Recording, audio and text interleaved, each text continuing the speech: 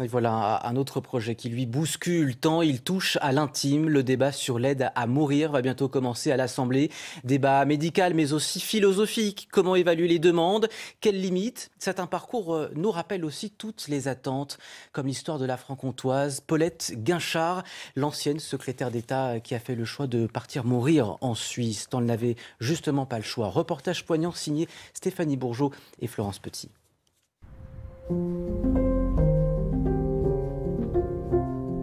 Ça faisait très très longtemps qu'elle m'avait prévenu qu'elle ne vivrait pas ce qu'a vécu son père, c'est-à-dire être complètement grabataire, inconscient. Elle m'avait dit je ne vivrai pas ça.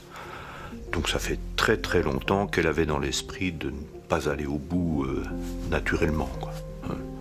Dans la maison, son souvenir est partout. Paulette Guinchard, compagne, femme de conviction, députée. Celle qui s'était battue au plus haut niveau de l'État pour l'autonomie, la perdait à petit feu.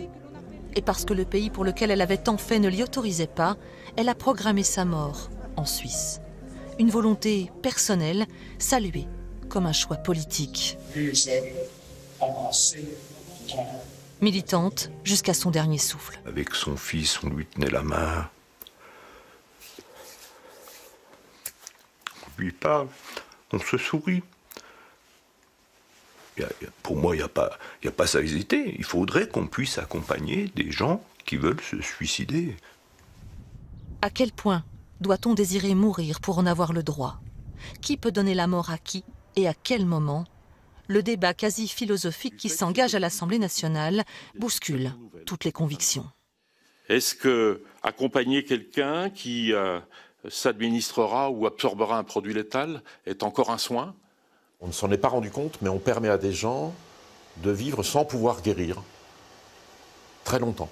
C'est-à-dire qu'on confronte des gens à leur question de leur finitude pendant des mois. Et c'est une nouvelle problématique qui pose la question du sens de ce que vivre veut dire lorsque vivre n'est plus que souffrir. Depuis 40 ans, à chacune de ces réunions, l'Association pour le droit de mourir dans la dignité se pose la même question. Quand le cerveau n'en peut plus d'un corps qui lâche, quand la souffrance existentielle écrase jusqu'à la douleur physique, pourquoi ne pas simplement pouvoir choisir son heure? Des maladies me préoccupent. Certaines maladies font que si un jour j'en suis atteint, je souhaite réellement pouvoir abréger ma vie, mais c'est un souhait tout à fait personnel. Si vous êtes atteint d'une sclérose en plaques et puis que vous ne pouvez plus vous servir de vos membres, ben vous allez peut-être penser à partir et vous aimeriez bien avoir ce choix. Moi j'appelle ça un choix de liberté. Un choix d'égalité aussi, parce qu'on parle de liberté de choix, égalité devant la souffrance, et puis aussi fraternité vis-à-vis de nos mourants. Certains vous diront que la vie humaine est une valeur supérieure qu'on ne peut jamais bafouer. Mais s'il met fin à une interminable valse-hésitation, le projet de loi reste ambigu, qui n'évoque finalement que l'assistance au suicide et qui évite le gros mot euthanasie. Une éventualité que la Convention citoyenne avait pourtant retenue pour des patients dans l'incapacité physique ou mentale d'assumer le geste ultime. On était une majorité à penser que le suicide assisté et l'euthanasie étaient indissociables. Il fallait vraiment que le patient, que le malade ait le choix. On a l'impression de faire un pas en avant, mais de faire un pas à tâtons. Et de dire on va faire un pas en avant, mais on ne va pas aller trop loin non plus pour pas choquer, alors que je pense que c'est une erreur. Je pense qu'il n'y a rien de plus complexe que d'appréhender la notion de volonté de mourir. Pulsion ou vrai désir de mort, comment faire la différence? Le processus reste à établir. Mais la nature humaine est ainsi faite que même un patient qui se sait condamné peut changer d'avis.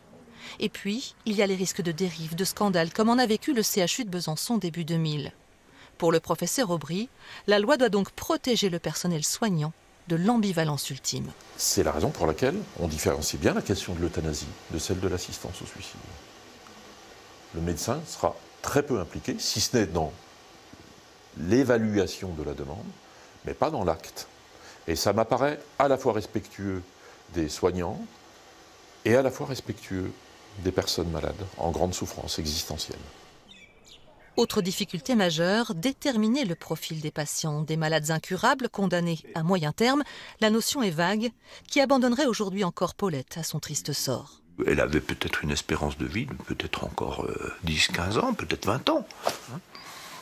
Ce que j'aimerais, c'est que les termes, les délais donnés par cette loi soient beaucoup plus longs, quoi.